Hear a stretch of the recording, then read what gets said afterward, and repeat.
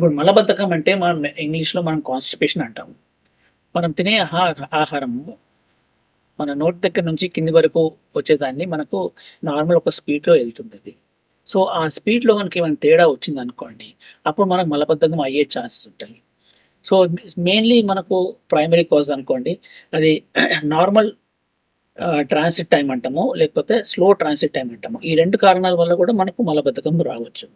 So, ఇప్పుడు మనకు నరాలు వీక్ ఉన్నా గానీ, లేకపోతే తినే ఫుడ్‌లో మార్పొచ్చినా గానీ, మనకి ఏ కారణం వల్లనైనా ఈ ట్రాన్సిట్ టైమ్, ఈ స్పీడ్ మనకు తగ్గుతుంది. సో, దీనివల్ల మనకు కాన్‌స్టిపేషన్ వస్తుంది. ఇక సెకండరీ కాజెస్ కొన్ని ఉంటాయి. అది మనకు అంటే మన ఇంటెస్టైన్స్ కాజెస్ కాకుండగా వేరే కాజెస్ అంటే మన బ్రెయిన్ ప్రాబ్లమ్ అనుకోండి, లేకపోతే షుగర్ అనుకోండి, థైరాయిడ్ ప్రాబ్లమ్ అనుకోండి. ఈ కారణాల వల్ల కూడా మనకు మోషన్స్ స్లగ్గిష్ అయ్యే అవకాశం ఉంది.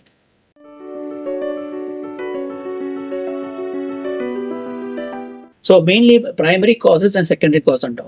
ప్రైమరీ కాజ్‌లో మెయిన్‌లీ మనకు నార్మల్ ట్రాన్సిట్ టైమ్ అంటే పేగు స్పీడ్ నార్మల్ ఉన్నా గాని మోషన్ ఫ్రీ కాకపోవచ్చు.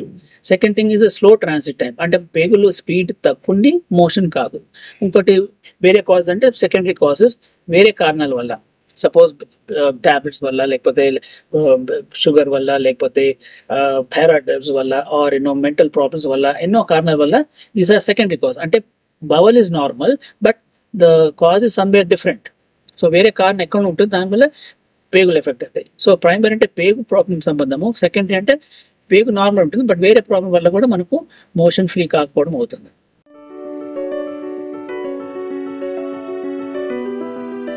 దీనికి ఇప్పుడు మనం అర్థం చేసుకుంటే పేగులుంటాయి. పేగు లోపల ఫుడ్ డైజెస్టెడ్, అన్‌డైజెస్టెడ్ ఫుడ్ ఉంటుంది. సో, ఈ 2 కారణాల వల్ల అంటే పేగు ప్రాబ్లమ్ ఉన్నా గానీ, తినే ఫుడ్‌లో గానీ, ఏ కారణమైన మనకు మార్పొచ్చిందనుకోండి. సో, దానివల్ల మనకు మోషన్ ఫ్రీ కాకపోవడం అవుతుంది. సో, సపోజ్ వి కన్సిడర్ పేగు ప్రాబ్లమ్ అనుకోండి. సో, పేగులు వీక్ అయిపోయాయి. నరాల సంబంధంతోని లేకపోతే ల్యాక్ ఆఫ్ యాక్టివిటీ అంటే ఫిజికల్ ఎక్సర్సైజ్ లేదు. పేషెంట్ ఇస్ బెడ్ రిడన్ ఇవన్నీ నరాలు దెబ్బతిని మోషన్స్ పేగులు సరిగ్గా పనిచేయవు. సో, దానివల్ల మనకు ప్రాబ్లమ్ వస్తుంది. ఇంకోటేంటంటే ఫుడ్ గురించి. ఇప్పుడు తినే ఆహారం తోని కూడా మనకు మోషన్ ఫ్రీ కాకపోవడం అవుతుంది. ఎందుకు? మనకు తినే ఆహారంలో మనకు కావాల్సిన వస్తువులు apart from vitamins, minerals, calories, proteins ఇవి కాకుండా మనకు మెయిన్ ఫైబర్ కావాలి. ఫైబర్ అంటే పీచు అంటాం. ఈ పీచు ఉంటేనే మనకు మోషన్ ఫ్రీగా అవుతుంది. ఈ పీచు లేకపోతే మన ఫుడ్ ఫ్రీ మోషన్ కాదు. సో, ఇది one of the main causes. మనం నార్మల్‌గా చూసేది ఇప్పుడు మన పీచు పదార్థము చాలా తక్కువ ఉంటుంది మన ఫుడ్‌లో. ఎస్పెషల్లీ ఈ వెస్టర్న్ డైట్స్‌లో పీచు పదార్థం చాలా తక్కువ ఉంటుంది. సో, వాళ్ళకు కాన్‌స్టిపేషన్ అయ్యే అవకాశము, కాన్‌స్టిపేషన్ వల్ల వచ్చే ప్రాబ్లమ్స్ ఎక్కువవుతాయి. మన ఇండియాలో పీచు పదార్థం ఉంటుంది. కానీ ఇప్పుడు తినే లైఫ్ స్టైల్ అంటే హ్యాబిట్స్ మారిపోతుంది పబ్లిక్‌లో. సో, దానివల్ల మనకు కాన్‌స్టిపేషన్ ఎక్కువ అవుతుంది ఇప్పుడు కండిషన్ ఇన్ ఇండియా. సో, దానివల్ల మనకు పీచు పదార్థం చాలా ఇంపార్టెంట్.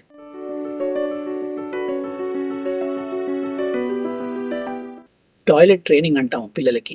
ఆ టాయిలెట్ ట్రైనింగ్ పిల్లలకి ఇవ్వకపోతే మలబద్ధకం అయ్యే అవకాశం ఉంటుంది. సెకండ్ థింగ్ ఈజ్ మనం కొంతమంది పిల్లలు తల్లిదండ్రులు భయపెడతారు.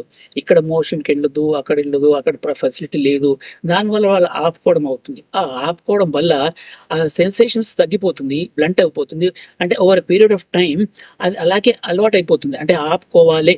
సో, దానివల్ల నరాలు వీక్ అయిపోయి నార్మల్‌గా అయ్యే మోషన్ కూడా రాకపోవడం అవుతుంది. So, this type of main risk factor in children కాన్‌స్టిపేషన్‌కి ఇదొక మెయిన్ కారణం. అపార్ట్ ఫ్రమ్ ద పీచు పదార్థం, the fiber part. And then ఇంకో వేరే కాజెస్ ఏముంటాయంటే మనకు ఇప్పుడు ప్రెగ్నెన్సీ అనుకోండి. ప్రెగ్నెన్సీ వచ్చినప్పుడు ప్రెగ్నెన్సీ స్టేజ్ పెరిగిన కొద్దీ అది గర్భసంచి పెద్దగయినప్పుడు అది ఇంటెస్టైన్ మీద ప్రెషర్ అవుతుంది. దానివల్ల మనకు కాన్‌స్టిపేషన్ అయ్యే అవకాశం ఉంది. దీనికి వరి కావాల్సింది ఏం లేదు. కొన్ని జాగ్రత్తలు, కొన్ని నియమాలు పాటిస్తే ఫుడ్‌లో మార్పు చేస్తే మోషన్ ఫ్రీ అయ్యే అవకాశం ఉంది. So, this the pressure effect of the uterus. ఇంకోటి ఎల్డర్లీ పీపుల్ అన్నాను, పారాలిసిస్ అన్నాను. దే విల్ బి కంటిన్యూయస్ బెడ్‌లోనే ఉంటారు ఒక 2, 3 వారాలు. సో, ఆ టైమ్ అప్పుడు కూడా మోషన్ ఫ్రీ కాదు. So, these are all the causes and risk factors for మలబద్ధకం.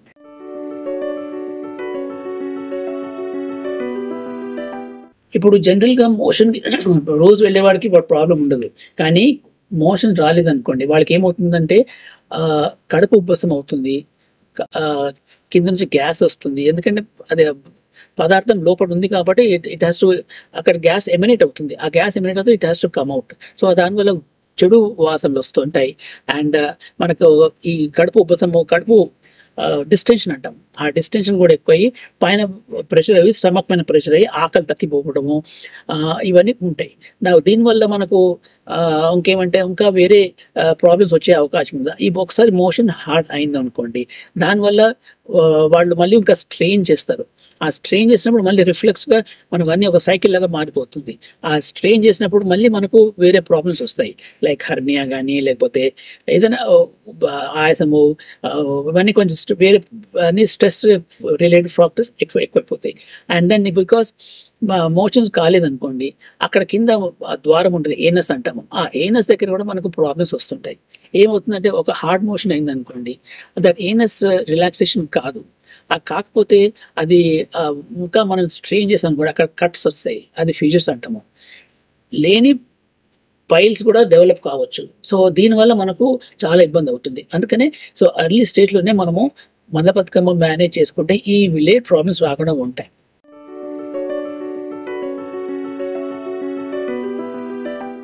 సో ఇప్పుడు దీనికి డయాగ్నోసిస్ అంటే మనకు యాక్చువల్లీ పేషెంట్కి మనకు చెప్తారు వాళ్ళు వాట్స్ ద ప్రాబ్లం. సో మనం కన్ఫర్మ్ చేసేందుకు మనము కొన్ని ఫిజికల్ ఎగ్జామినేషన్ ఉంటుంది, తర్వాత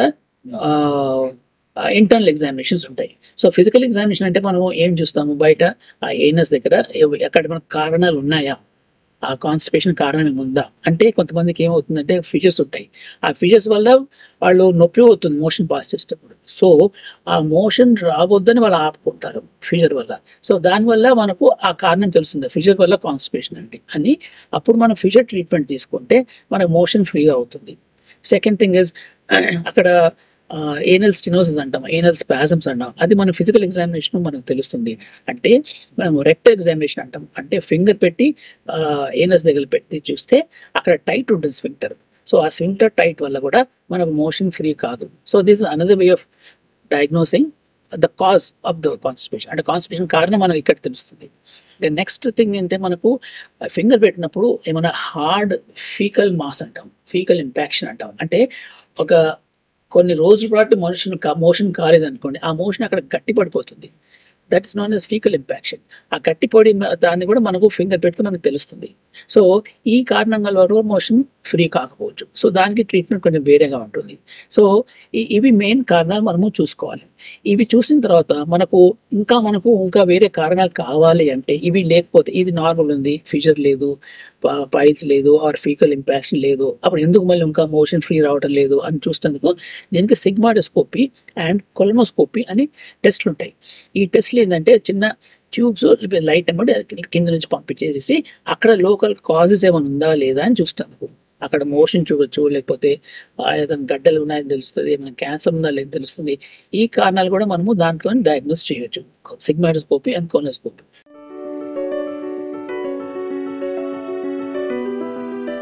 ఇప్పుడు కాంప్లికేషన్ అని నేను చెప్పినట్టు, ఇప్పుడు దానివల్ల కడుపు ఉబ్బడము, ఆకలి లేకపోవడము, కొంతమందికి సైకలాజికల్ డిస్టర్బెన్స్ అవుతుంది. సైకలాజికల్ డిస్టర్బెన్స్ అంటే పేషెంట్ ఫీలింగ్ వచ్చేస్తుంది, నాకు మా మోషన్ కాలేదు, మలబద్ధకం అయింది, నా బాడీ లోపల అంతా చెడు అంతా నిండిపోయింది, దానివల్ల మైండ్ దెబ్బతినేసి డిప్రెషన్కి వెళ్ళిపోతారు. సో ఆ డిప్రెషన్ కూడా is a major problem. So మనకు ట్యాక్లింగ్ ఇస్ వెరీ ఇంపార్టెంట్ ఈ మలబద్ధకం కొరకు. నా దీస్ ఆర్ ద సిస్టమిక్, ఆకలి ఉండకపోవడము, ఇవన్నీ ఉంటాయి. So this is a systemic problems. నా లోకల్ కాంప్లికేషన్స్ ఏముంటాయంటే, బికాస్ మోషన్స్ టైట్ ఉన్నందుకు దే స్ట్రెయిన్ చేస్తుంటారు, హర్నియా రావచ్చు, దాని కింద ఫిషర్స్ రావచ్చు, హిమోరాయిడ్స్, పైల్స్ రావచ్చు. ప్రతిసారి మోషన్కి వెళ్ళినప్పుడు బ్లడ్ వచ్చే అవకాశం ఉంటుంది, బికాస్ పైల్స్ డెవలప్ అయ్యి స్ట్రెయిన్ అవుతుంది, ఫిషర్స్ కట్ అయిపోయి అక్కడికి వెళ్ళి కూడా బ్లడ్ రావచ్చు. సో ఇవి main local causes. And sometimes ఆ పెద్ద పేగు కింద నుంచి జారిపోతుంది, that's known as a prolapse. So that's much more problematic condition. So rectal prolapse కూడా కావచ్చు and more severe cases. So అందుకని మన మలబద్ధకము we cannot ignore and treat appropriately.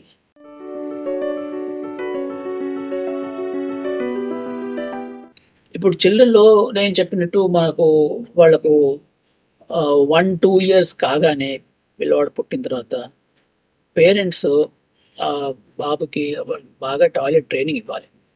ఆ టాయిలెట్ ట్రైనింగ్ ఇస్తే, అంటే మార్నింగే వెళ్ళి టాయిలెట్లో కూర్చోవడం కానీ ఆయన చేయాలి. వాళ్ళు కూడా ఎక్స్‌ప్లెయిన్ చేయాలి. రోజు ఇలా కూర్చోవాలి. మోషన్ రాకపోయినా పర్లే. They should make it a habit. So దానివల్ల ఏమవుతుందంటే ఇంటెస్టైన్ స్టిమ్యులేట్ అవుతాయి.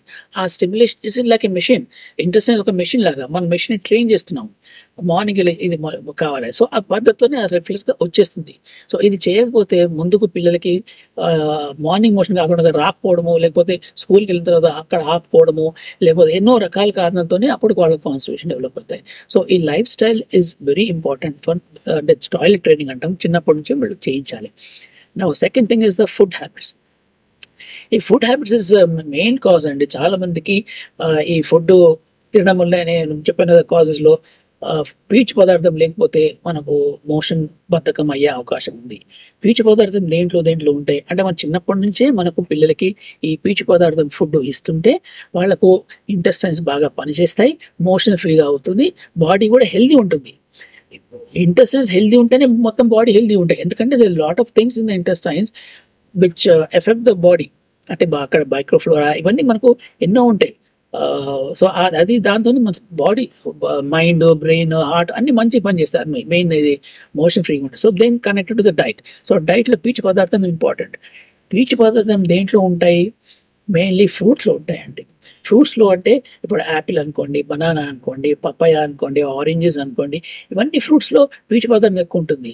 మామిడి పండు, mango lot of fibre in it. So ఈ పీచు పదార్థాలు ఫుడ్ తీసుకుంటే రెగ్యులర్‌గా so that itself ads to the bulk of the motion and motion ఫ్రీగా అవుతుంది.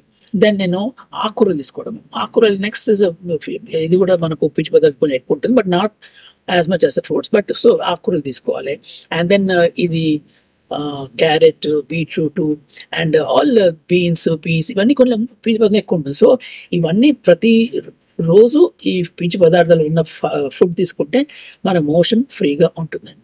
పిల్లలు మనకి ఏమంటే డైట్ చేంజ్‌తో మనకు చాలా ఉపయోగపడుతుంది. అండ్ మైల్డ్ అండ్ లాక్సేటివ్స్ ఇవ్వచ్చు. స్ట్రాంగర్ లాక్సేటివ్స్ మనకు పిల్లలు ఇవ్వకూడదు. బికాజ్ వాళ్ళ పేగులన్నీ పల్చగా ఉంటాయి అండ్ ఫుల్లీ డెవలప్ కాదు. So soft laxatives ఇవ్వాల్సొస్తుంది.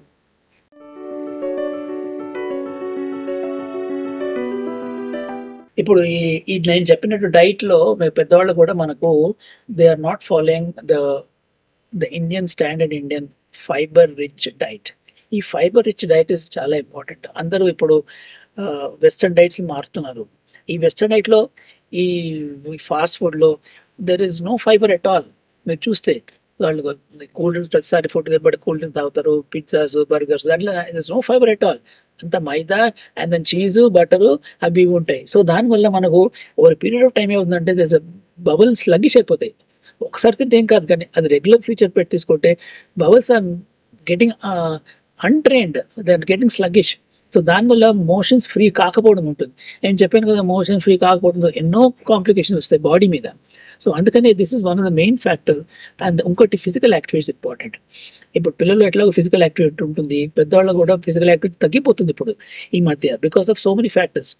Office schedule అనుకోండి, రన్నింగ్ అబౌట్ అంటే గోయింగ్ టు ఆఫీస్ ఫాస్ట్ వెళ్ళాలి, లేకపోతే సమ్ అదర్ ఫ్యాక్టర్స్ బిజీ అయిపోయి they are not doing the physical activity. అంటే ఈ ఫిజికల్ యాక్టివిటీ చేస్తే మన మోషన్ ఫ్రీ స్టిమ్యులేట్ అవుతుంది. స్టిమ్యులేట్ అయ్యి మోషన్ ఫ్రీ అయ్యే అవకాశం ఉంటుంది. So what can we do the physical activity? Simple walking is enough. Simple aerobic exercise is enough. Simple weight lifts are enough. Weight lifts కూడా ఏమవుతుందంటే స్టమక్ మీద ప్రెషర్ అవుతుంది. It tries to push the intestine. And then వాకింగ్‌తో ఏమవుతుంది intestines nerves get stimulated. So దీనివల్ల మనకు motion free అయ్యే అవకాశం ఉంటుంది. So diet and physical activity very important. అందుకని ఇప్పుడు పడుకొని ఉన్న పేషెంట్‌లకు వాడు మోషన్ కాదు. Because there is no activity. So ఇండైరెక్ట్‌లీ పేషెంట్ డస్ ఎక్సర్సైజ్ వాళ్ళకి ఫిజికల్ యాక్టివిటీతో మోషన్ ఫ్రీ అయ్యే అవకాశం ఉంటుంది. నేను చెప్పిన ఆ life style modification, diet, exercise ఇవి బేసిక్ థింగ్స్. ఏ రకం కాన్స్టిపేషన్ అయినా మొదలు అది పాటించాలి patient. Next step will be tablets, medicines. ఇప్పుడు కొన్ని రకాల మందులు మనకు అవైలబుల్ ఉన్నాయి. కానీ అంటే depending on the way it acts దాన్ని బట్టి మనకు రకరకాల మందులు ఉన్నాయి. ఇప్పుడు మనం అర్థం చేసుకుంటే మోషను ఈ బబల్ వాల్ కారణంగా కావచ్చు, మోషన్ సరిగా ఫామ్ కాకపోవడం వల్ల కావచ్చు. సో దీన్ని బట్టి మనకు రకరకాల మందులు. అది మనం డాక్టర్ అసెస్ చేసి ఏ మందు ఎవరికి ఇవ్వాలనో తెలుస్తుంది. ఇప్పుడు ఇంటెస్టైన్ మూవ్మెంట్స్ స్లగ్గిష్ అనుకోండి, దానికి మొటిలిటీ ప్రోకైనెటిక్స్ ఆర్ మొటిలిటీ ఏజెంట్స్ ఇస్తాం. కొంతమందికి మోషన్ సరిగా ఫామ్ కాలేదు అనుకోండి, సో దానికి మనం పీచు పదార్థం ఉన్న డైట్ ఎక్కువ ఇస్తాం. That is fibre. ఆ ఫైబర్ ఎక్కువ చేస్తే మోషన్ ఎక్కువ ఫామ్ అవుతుంది, డైజెస్ట్ కాదు, సో అది బయటికి వచ్చే అవకాశం ఉంటుంది. సో దీని రకం ఇంకోటి ఆస్మాటిక్ ఏజెస్ ఉంటాయి. అంటే ఇప్పుడు మోషన్ ఫామ్ అయినా కానీ it is not fully liquefied. So దాని గురించి వాటర్ కంటెంట్ మోషన్ ఇంక్రీజ్ చేసేందుకు ఆస్మాటికేషన్ ఇస్తాం. సో ఇలాంటి మనకి ఎన్నో రకాలుగా మందులు ఉన్నాయి మనకు. So depending on the patients బట్టి మనకు ఏ మందు ఇవ్వాలో తెలుస్తుంది. ఇంకా కొంచెం నెక్స్ట్ లెవెల్ ఆఫ్ కాన్స్టిపేషన్కి మనం కింద నుంచి ఒక సపోజిటరీ ఉంటుంది, లైక్ ఆల్కహాల్ సపోజిటరీ ఉంటుంది. అది కింద నుంచి ఏనస్లో పెడితే అది అబ్జర్వ్ చేసి it increase the volume and then ఎన్నో మోషన్ ఫ్రీగా వచ్చే అవకాశం ఉంటుంది. అది లిటిల్ మోర్ స్టబోన్ కాన్స్టిపేషన్. అంటే మనకు టాబ్లెట్స్ ఈ లిక్విడ్స్ పని చేయకపోతే అప్పుడు ఆ రకంగా మనం సపోజిటరీ ఇవ్వాల్సి వస్తుంది. ఇక ఇంకా హార్డ్ మోషన్స్ ఉంది అనుకోండి, దానికి మనము ఎనిమా ఇస్తాము. ఆ ఎనిమా ఇస్తే మనకు రకరకాల ఎనిమాలని, ఆ ఎనిమాతో కూడా మనకు మోషన్ లిక్విఫై అయిపోయి బయటకు వచ్చే అవకాశం ఉంది. ఇది మోర్ ఫీకల్ ఇంపాక్షన్ కొరకు ఇంపార్టెంట్. సో ఒక 3-4 రోజులు మోషన్ కాలేదు మందులతో కూడా, అప్పుడు మనము ఈ సపోజిటరీ కానీ ఈ ఎనిమా కానీ ఇవ్వాల్సి వస్తుంది.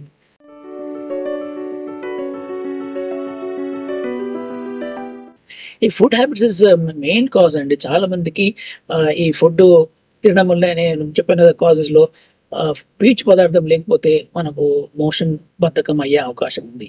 పీచు పదార్థం దేంట్లో ఉంటాయి అంటే మన చిన్నప్పటి నుంచే మనకు పిల్లలకి ఈ పీచు పదార్థం ఫుడ్ ఇస్తుంటే వాళ్ళకు ఇంటెస్టైన్స్ బాగా పనిచేస్తాయి, మోషన్ ఫ్రీగా అవుతుంది, బాడీ కూడా హెల్దీ ఉంటుంది.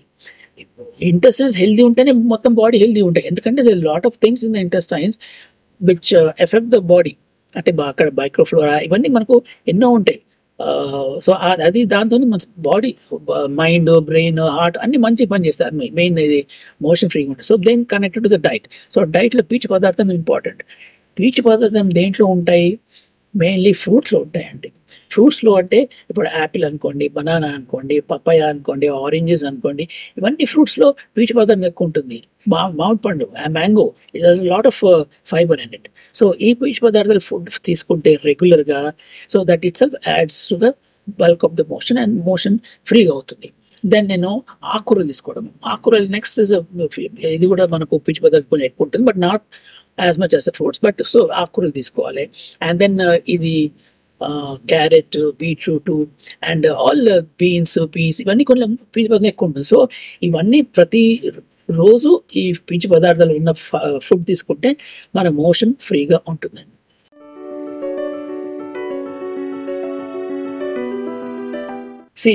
మలబద్ధకము డేంజరసా కాదా అని చెప్పడము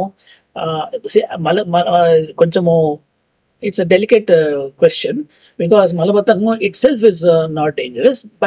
బట్ ఇప్పుడు మలబద్ధకం కొన్ని కారణాల వల్ల మలబద్ధకం వచ్చింది అనుకోండి, అది రిస్క్. అది బికాస్ మలబద్ధకం ఎప్పుడు మనము ఇగ్నోర్ చేయొద్దు అంటే మనం నార్మల్ ఫిజికల్ యాక్టివిటీతోని ఆర్ మన ఫుడ్ హ్యాబిట్స్ కానీ కరెక్ట్ చేసిన తర్వాత అండ్ సింపుల్ మందులు వాడిన తర్వాత మనకు మోషన్ ఫ్రీ కాలేదు అనుకోండి, అప్పుడు మనము we have to take importance of it and consult the doctor. Because లోపల ఏమైనా ప్రాబ్లం ఉందని మనం కనుక్కోవాలి. మనం ఒట్టికి మనము మలబద్ధకం అని మందులు వాడుకోవడము నాకు వచ్చేస్తుంది ఏం కాదనుకోదు. లోపల ఈ ప్రాబ్లం ఉందా లేదా కనుక్కోవడానికి డాక్టర్కి వెళ్ళాలి. ఇంకొకటి, మలబద్ధకంతో బ్లడ్ పడింది అనుకోండి, it is not a good sign. అది ఇన్వెస్టిగేట్ చేసుకోవాలి, ఎగ్జామిన్ చేసుకోవాలి, డాక్టర్ దగ్గరికి వెళ్ళాలి ఎప్పటి. అండ్ మలబద్ధకంతో కింద మోషన్ దగ్గర పెయిన్ వచ్చింది అనుకోండి, that's another factor where it is you cannot ignore it. అది చాలా రిస్క్ మీకు. ఎందుకంటే అది చేయకపోతే లోపల ప్రాబ్లం పెరుగుతూ ఉంటుంది మీకు. సో ఎందువల్ల బ్లడ్ వచ్చింది మనం చూడాలి, ఎందువల్ల పెయిన్ వస్తుందో చూడాలి. సో ఇది మనకి ఇంపార్టెంట్. అండ్ వేరే కారణాలు ఉన్నాయో చూసుకోవాలి. Only the doctor can decide after కొన్ని టెస్టులు చేసిన తర్వాత, సిగ్మోడోస్కోపీ చేసిన తర్వాత ఆర్ ఫిజికల్ రెక్టల్ ఎగ్జామినేషన్ చేసిన తర్వాత మనకు తెలుస్తుంది కారణాలు. దాన్ని బట్టి అప్రోప్రియేట్ ట్రీట్మెంట్ తీసుకుంటే మలబద్ధకం కూడా కంట్రోల్ అవుతుంది.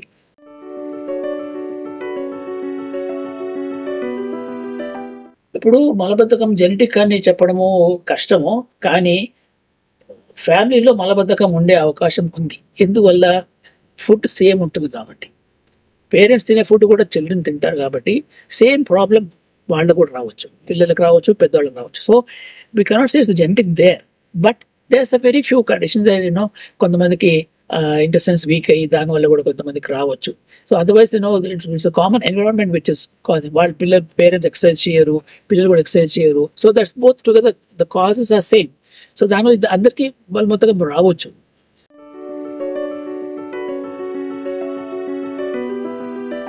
ప్రెగ్నెన్సీ ఇనిషియల్ స్టేజెస్ ప్రెగ్నెన్సీలో కొంతమందికి ఉంటుంది, బట్ సబ్సిక్వెంట్లీ ఇంట్రెస్ట్ అమౌంట్ కొంచెం సెట్ అవుతుంది సెకండ్ ట్రైమెస్టర్లో. కానీ థర్డ్ ట్రైమెస్టర్లో అగైన్ మనకి యూట్రస్ పెద్దగా అయినా కొద్దీ, బేబీ పెరిగినా కొద్దీ ఇంటెస్టైన్ మీద ప్రెషర్ అవుతుంది. ఆ ఇంటెస్టైన్ మీద ప్రెషర్ అయినప్పుడు మోషన్స్ ఫ్రీ కాకపోవడం అవుతుంది. సో ఆ టైం అప్పుడు మనం చాలా జాగ్రత్తగా మేనేజ్ చేయాలి. బికాస్ దానివల్ల ఏమవుతుందంటే కొంతమంది మోషన్లో బ్లడ్ వచ్చే అవకాశం ఉంటుంది. వాళ్ళు కాన్స్టిపేషన్ ఉంటుంది, బికాస్ ట్రై టు స్ట్రెయిన్. ఆ స్ట్రెయిన్ చేస్తుంటే యూట్రస్ కూడా స్ట్రెయిన్ పడుతుంది కాబట్టి చాలా జాగ్రత్తగా ఉండాలి, ఎక్కువ స్ట్రెయిన్ చేయకూడదు. సో దాని గురించి వాళ్ళు ఏం చేయాలంటే లిక్విడ్ ఎక్కువ తీసుకోవాలి, ఫైబర్ ఫుడ్స్ ఎక్కువ తీసుకోవాలి. దానివల్ల లోపల నుంచి పుష్ ఉంటుంది, ఆ పుష్ వల్ల మోషన్ ఫ్రీ అవుతుంది.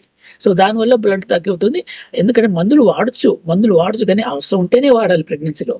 దట్టు ఫస్ట్ ట్రైమస్లో అసలు వాడొద్దు, సెకండ్ అండ్ థర్డ్ ట్రైమస్లో అవసరం ఉంటేనే వాడాలి. సో మనకు మెడిసిన్స్ లేకుండా ఇది ఫుడ్ పీచు పదార్థం ఎక్కువ చేసేసి and some amount of physical activity కొంచెం మూవ్మెంట్ చేస్తూ ఉంటే వాళ్ళకి ఏమవుతుందంటే ఇంటెస్టైన్ స్టిమ్యులేట్ అయ్యి దానివల్ల మోషన్ ఫ్రీ అవుతుంది.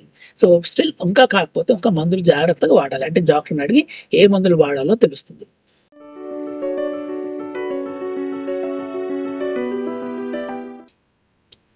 కాన్స్టిపేషన్ డెఫినెట్లీ ఇఫ్ ఇట్స్ అంటే హార్డ్ మోషన్ ఉందనుకోండి, దానివల్ల నేను చెప్పినట్టు ఫిషర్స్, పైల్స్ డెవలప్ అయ్యే అవకాశం ఉంది. ఆ డెవలప్ అయితే మాత్రము దానివల్ల బ్లడ్ వచ్చే అవకాశం ఉంటుంది.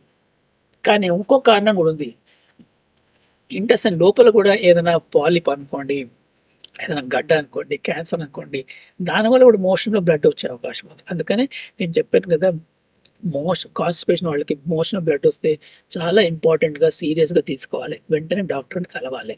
ఎందుకంటే కరెక్ట్ అయిన టెస్టులు చేసేసి కరెక్ట్ అయిన డయాగ్నోస్ చేస్తే మనకి ఆ బ్లడ్ ఎందువల్ల వస్తుందో మనకు అనుకుంటే సో మనం దానికి ట్రీట్మెంట్ తీసుకోవచ్చు. సో మామూలు కాన్స్టిపేషన్ బ్లడ్ రాకపోవచ్చు, కానీ కొన్ని severe constipation because patient strain చేస్తుంటారు, అక్కడ అదే స్పిక్టర్ నేరో ఉండి టైట్ ఉంటుంది, అది స్ట్రెచ్ చేసినప్పుడు బ్లడ్ పడుతుంది, పైల్స్ కూడా వస్తుంది.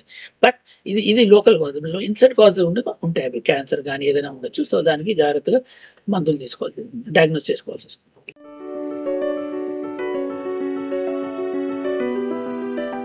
మలబద్ధకం వల్ల కడుపు నొప్పి రావచ్చు. ఎందువల్ల అంటే ఇప్పుడు ఫస్ట్ ఇనిషియల్గా మనకు కడుపు ఉబ్బసము వస్తుంది, కొన్ని రోజుల తర్వాత కొంచెం స్టబర్న్ కాన్స్టిపేషన్ ఇంకా పెరుగుతుంది లోపల మోషన్ అంతా కాకుండా. సో ఆ పెరిగిన కొద్దీ మనకు పెయిన్ సివియర్గా వచ్చే అవకాశం ఉంటుంది. సో అప్పుడు మనకు చాలా ఫీకల్ ఇంపాక్షన్ అంటాం అది. సో దానివల్ల మొత్తం స్టమక్ డిస్టెండ్ అయ్యి చాలా నొప్పి వచ్చే అవకాశం ఉంటుంది. సో ఆ మోషన్ క్లియర్ ఆఫ్ అయితేనే మనకు పెయిన్ రిలీఫ్ అవుతుంది.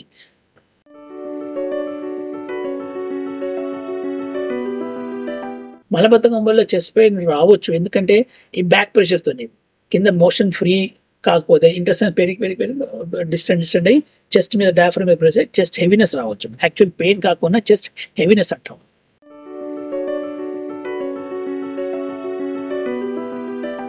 వల్ల గ్లాస్ అండ్ బ్లోటింగ్ రావచ్చు. ఇనిషియల్ చెప్పాను కదా, ద మోషన్ ఇస్ అక్కడ మోషన్ అంటే ఇట్స్ అన్వాంటెడ్ థింగ్. సో ఆ మోషన్ అన్వాంటెడ్ థింగ్ అక్కడ గ్యాస్ బయటకు వస్తుంది, ఆ బయటకు వచ్చిన గ్యాస్ బయటికి రావాలి. సో దానివల్ల పైకి వెళ్ళడం కిందికి వెళ్ళి రావడం జరిగే అవకాశం ఉంది. So gas definitely and gas can get accumulated also, స్టమక్లో కూడా అక్యుములేట్ కావచ్చు, బిల్డప్ అవుతుంది ప్రెషర్తో. సో అప్పుడు ఆ టైం అప్పుడు మీరు ఎక్సర్సైజ్ చేస్తే మొత్తం గ్యాస్ షాడోస్ ఉంటాయి. సో డెఫినెట్లీ మోషన్ కాకపోతే మోషన్ మలబద్ధకం ఉందని లోపల గ్యాస్ డెవలప్ అయ్యే అవకాశం ఉంది. It has to come out.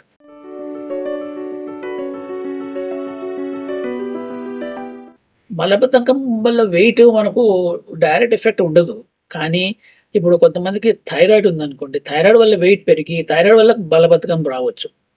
And physical activity లేకపోతే దానివల్ల వెయిట్ పెరగవచ్చు, కానీ మలబద్ధకం అలోన్ వెయిట్ పెరగదు.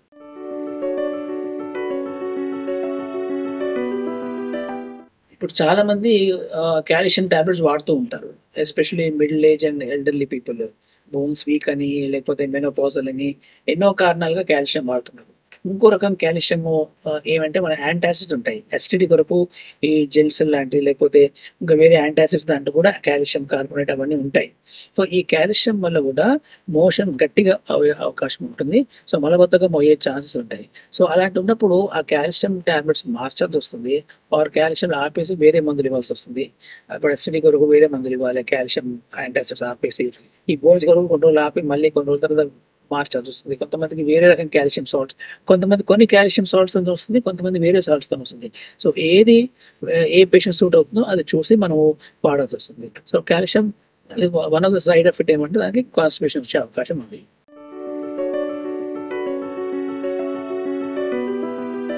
విటమిన్స్ వల్ల కాన్స్టిపేషన్ అవుతుందని మనం చెప్పలేము, దానివల్ల కాకపోవచ్చు.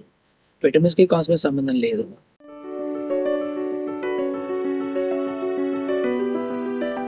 ఇప్పుడు సాధారణంగా మనము నేను చెప్పిన లైఫ్ స్టైల్, డైట్, పీచు పదార్థాలు తీసుకున్న తర్వాత కూడా మోషన్ ఫ్రీ కాలేదు అనుకోండి, ఇంకా వేరే కారణం ఉండొచ్చు అని అనుకొని ఒక డాక్టర్ని కన్సల్ట్ చేస్తే మంచిది.